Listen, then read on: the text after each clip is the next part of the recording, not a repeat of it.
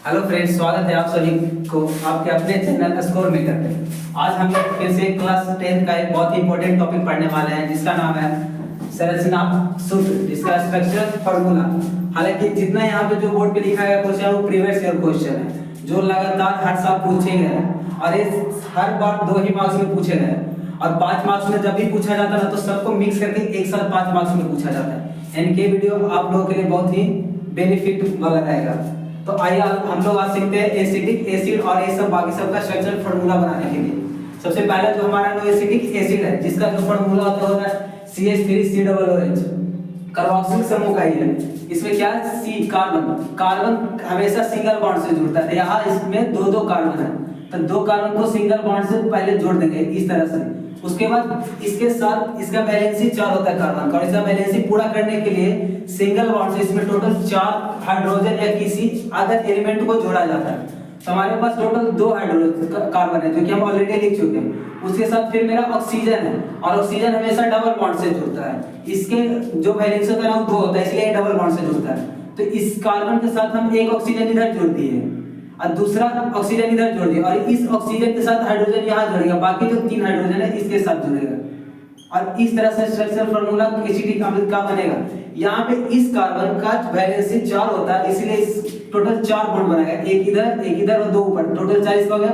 और ऑक्सीजन हमेशा 2 ही बॉन्ड बनाना प्रेफर करता है क्योंकि इसका वैलेंसी 2 ही होता है। तो इसलिए यहाँ 2 बॉन्ड से जुड़ा ऑक्सीजन और यहाँ वाला जो ऑक्सीजन है इधर से भी एक बॉन्ड है और इधर से भी एक बॉन्ड है और हाइड्रोजन एक बॉन्ड से जुड़ता है, जो 3 हाइड्रोजन एक बॉन्ड से जुड़ा हुआ है। तो जिस तरह से एसिटिक एसिड का स्ट्रक्चर फार्मूला बना है उसी तरह से ब्रोमोपेंटेन का भी हम बना सकते हैं। यहाँ पे जो कि ब्रोमीन है, अब ब्रोमीन का वैलेंसी 1 होता है, यानी कि ब्रोमीन सिंगल बॉन्ड से जुड़ेगा कार्बन के साथ। लेकिन पहले मेरा 5 कार्बन है तो 5 कार्बन को सीधी श्रृंखला में लिख लेंगे, 3 4 और 5। अब इसका वैलेंसी 4 होता है तो यानी कि 4 बॉन्ड से जुड़ेगा, इसका 4 बॉन्ड पूरा करना है। तो इसका बॉन्ड पूरा करने के लिए मेरे पास टोटल 11 हाइड्रोजन है तो जोड़ेंगे 1 2 3। इसका वैलेंसी पूरा हो गया कार्बन का क्योंकि 4 बॉन्ड से जुड़ गए। एक 2 से जुड़ा ऑलरेडी, 2 बॉन्ड इसको चाहिए तो एक ऊपर एक नीचे इस तरह से कर देना सब में। और लास्ट वाला जो कार्बन है इसमें टोटल 11 हाइड्रोजन थे, 1 2 3 4 5 6 7 8 9, इधर 10 और एक 11 हो गया मेरा हाइड्रोजन। लेकिन इस कार्बन का वैलेंसी अभी पूरा नहीं हुआ, 4 को बनाना है, यहाँ पे 3 ही है, एक और घट रहा है जो मेरा ए एलिमेंट ब्रोमीन है जो इसके साथ जुड़ जाएगा।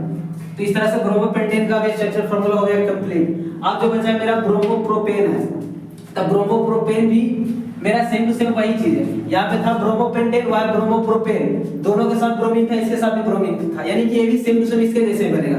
सबसे पहले क्या करना है कि कार्बन का एक सीधी श्रृंखला का निर्माण करना है। 3 कार्बन है यहाँ पे तो 3 कार्बन, ठीक, हाइड्रोजन 7 है तो सबसे पहले यहाँ से हाइड्रोजन जोड़ना स्टार्ट करेंगे, 1 2 3 4 5 6 और इधर 7। अभी फिर से इसके वैलेंसी पूरा नहीं हुआ था, फिर से इसका वैलेंसी पूरा करने के लिए एक और एलिमेंट यहाँ पे है तो यहाँ पे इसके साथ ऐड कर देंगे। तो इस तरह से मेरा एसिटिक एसिड का स्ट्रक्चर फार्मूला बन गया, ब्रोमोपेंटेन का और ब्रोमोप्रोपेन का बन गया। इस तरह से अब बचा कौन का स्ट्रक्चर फार्मूला बनाएंगे जिसमें कार्बन की संख्या 4 है। 4 स्ट्रक्चर फार्मूला बनाने के लिए सीधे श्रृंखला कार्बन करेंगे, उसके बाद 7 हाइड्रोजन है तो इसके साथ 7 हाइड्रोजन जोड़ देंगे।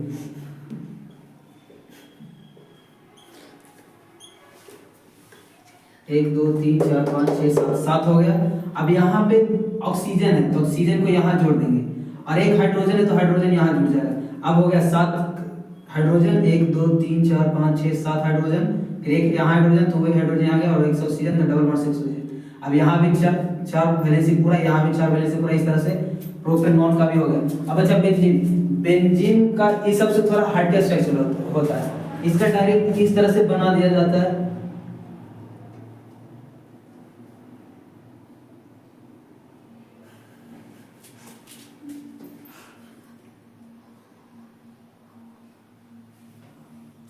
जहां पॉइंट है वहां इमेजिन किया जाता है कि कार्बन जुड़ा हुआ है, टोटल 6 कार्बन इस बेंजीन में और एक एक बॉन्ड छोड़ करके हर एक बीच में डबल बॉन्ड दिया जाता है इस तरह से।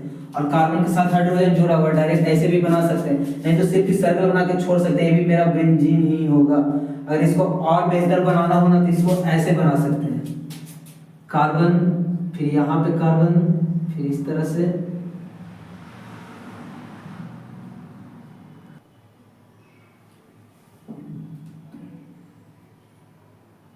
अब एक कार्बन के साथ 1 2 3 तीन बॉन्ड पहले से ऑलरेडी बना हुआ था, एक हाइड्रोजन यहाँ जुड़ेगा, इसका भी वही है, इसका भी वही है, सब में H एक जोड़ देंगे। तो ये मेरा बन गया बेंजीन का स्ट्रक्चर फॉर्मूला। या तो ऐसे बना दिया जाए या तो ऐसे बना दिया जाए, दोनों सेम ही होता है। अब बचा लास्ट जो मेरा प्रोपेनोइक अम्ल है। सबसे ज्यादा जो पूछा है क्वेश्चन वो पूछा है प्रोपेनोइक अम्ल और एसिटिक अम्ल, ये दोनों का स्ट्रक्चरल फार्मूला बार बार पूछता है, इस पे थोड़ा ज्यादा ध्यान दीजिएगा बनाते वक्त। यहाँ पे कार्बन की संख्या टोटल 3 है, एक यहाँ पे, 2 यहाँ पे, तो 3।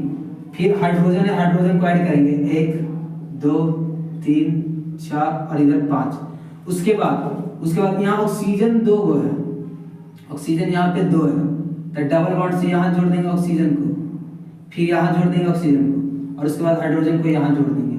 अब मेरा क्या हो गया कि यहाँ पे ऑक्सीजन के इस ऑक्सीजन का भी डबल बॉन्ड पूरा हो गया और इस ऑक्सीजन का भी डबल बॉन्ड पूरा हो गया, और साथ ही साथ इस कार्बन का भी 4 वैलेंस ही पूरा हो गया। तो इस तरह से हमारा प्रोपेनोइक अम्ल का भी स्ट्रक्चरल फार्मूला बन गया। और इसी तरह से और सभी का भी हम लोग बना सकते हैं, जैसे मेरा हो गया मीथेन, प्रोपेन, इस सब का भी बना सकते हैं। लेकिन स्ट्रक्चरल फार्मूला बनाते वक्त एक चीज हमेशा ध्यान में क्या रखना चाहिए कि इसका फार्मूला क्या कुछ होता है।